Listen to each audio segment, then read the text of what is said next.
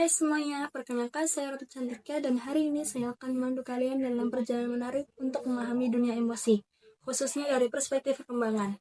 Yang pertama yaitu memahami dunia emosi. Seperti yang kalian lihat, presentasi ini akan membahas tentang emosi, bagaimana ia berkembang dan faktor-faktor yang mengaruhinya.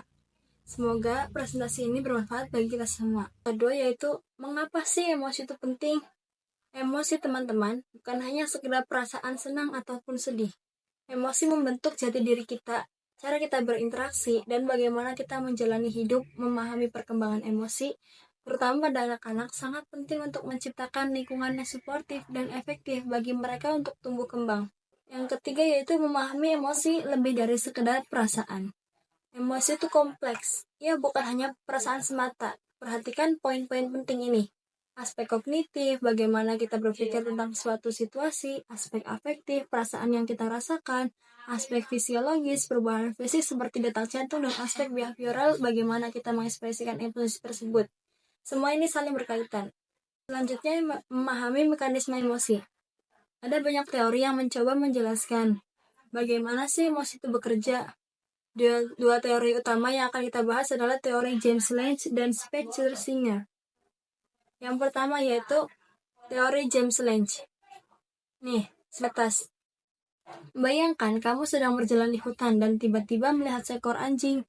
Jantungmu berdebar kencang, napasmu tersengal-sengal dan tubuhmu gemetar. Barulah setelah merasakan perubahan fisik ini, kamu menyadari bahwa kamu itu takut. Jadi inti dari teori ini adalah, teori ini menyatakan bahwa perubahan fisik mendahului perasaan. Kita merasakan takut karena tubuh kita berinteraksi dengan cara tertentu. Contohnya seperti berlari ketika ketakutan bukan takut karena berlari. Dan yang kedua yaitu teori Sprecher-Singer. Bayangkan sama seperti contoh sebelumnya.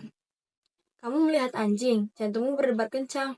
Namun kali ini kamu juga menilai situasi anjing ini jauh dan tidak tampak agresif. Berdasarkan penilaian ini, kamu memutuskan bahwa kamu tidak takut.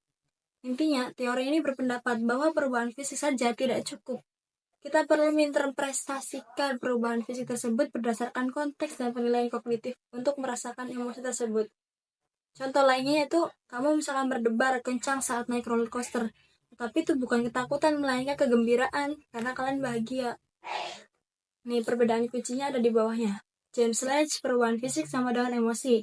Sedangkan Sprecher-Singer, perubahan fisik plus penilaian kognitif sama dengan emosi. Kesimpulan dari teori tersebut, ini memberikan perspektif yang berbeda tentang bagaimana emosi bekerja. Teori ini juga membantu kita memahami bahwa emosi adalah proses kompleks yang melibatkan interaksi antara tubuh dan pikiran. Berikutnya kita masuk ke tahap perkembangan emosi, yaitu yang pertama usia 0-5 tahun, emosi di usia dini. Pada usia dini ini, emosi masih sangat sederhana, umumnya senang dan sedih. Ekspresi emosinya masih spontan. Peran orang tua dan lingkungan sangatlah krusial dalam membentuk fondasi perkembangan emosi anak di masa ini. Selanjutnya itu usia 6-12 tahun, yaitu membangun regulasi emosi. Di usia sekolah dasar, anak-anak mulai belajar mengelola emosi mereka. Mereka juga mulai bisa mengidentifikasi, memahami, dan mengendalikan perasaan mereka. Empati juga mulai berkembang pada usia ini. Baik lingkungan rumah maupun sekolah berperan penting dalam proses ini. Selanjutnya yaitu usia anak 13-18 tahun. Emosi di masa remaja ini penuh tantangan dan pertumbuhan. Masa remaja adalah periode yang penuh tantangan. Perubahan hormonal dan kognitif yang signifikan menyebabkan fluktuasi emosi yang besar. Penting bagi remaja untuk belajar strategi pengelolaan emosi yang efektif agar mereka dapat melewati masa ini dengan baik.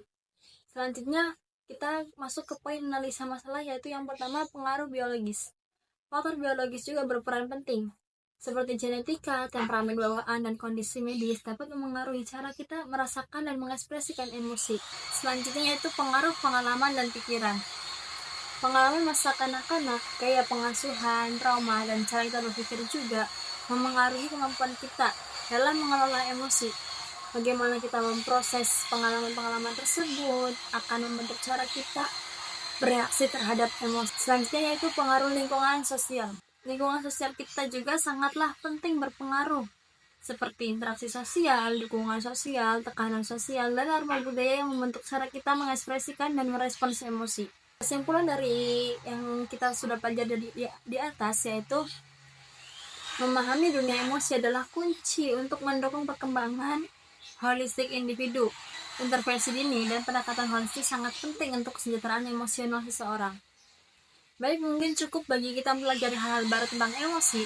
Saya Ratu Cantika, pamit undur diri dan sampai jumpa di Google Classroom untuk berdiskusi lebih lanjut. Sampai jumpa lagi dan see you. Dah.